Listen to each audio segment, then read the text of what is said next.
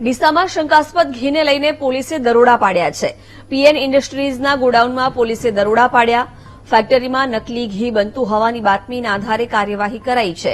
પોલીસે મોડી રાત્રે દરોડા પાડી ફેક્ટરી સીલ કરી ફૂડ વિભાગને આ બાબતે જાણ કરી છે। નકલી ઘી બનતું હોવાની બાતમીના આધારે કાર્યવાહી કરાઈ છે। વિગતો મેળવીશું સંવાદદાતા રોહિત પાસેથી। રોહિત, પીએન ઇન્ડસ્ટ્રીઝના ગોડાઉનમાં રેડ કરવામાં આવી હતી, શું વિગતો છે? જે જિજ્ઞાસ ચોક્કસથી વાત કરવામાં આવે તો ડીસા વેપારી મથક માનવામાં આવે છે ને જેના કારણે ડીસા શહેરનું જે જીઆઈડીસી વિસ્તાર છે વારંવાર ડુપ્લિકેટ ઘી, તેલ સહિત અનેક વસ્તુઓ વારંવાર પકડાઈ રહી છે। છેલ્લા 4 મહિનાથી બનાસકાંઠા જિલ્લાનું જે ડીસા શહેર છે ત્યાં જે જીઆઈડીસી વિસ્તાર આવેલો છે ત્યાં ફૂડ વિભાગની અનેક કાર્યવાહી થઈ છે, અનેક જગ્યાએથી સેમ્પલ પણ લેવામાં આવે છે।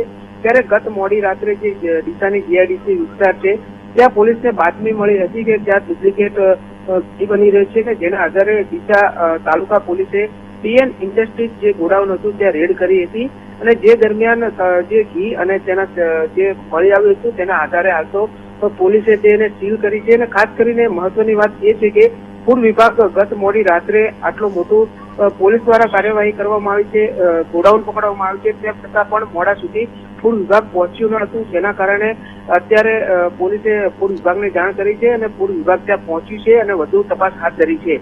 જી જિજ્ઞાસ। બિલકુલ રોહિત, આભાર જાણકારી આપવા બદલ।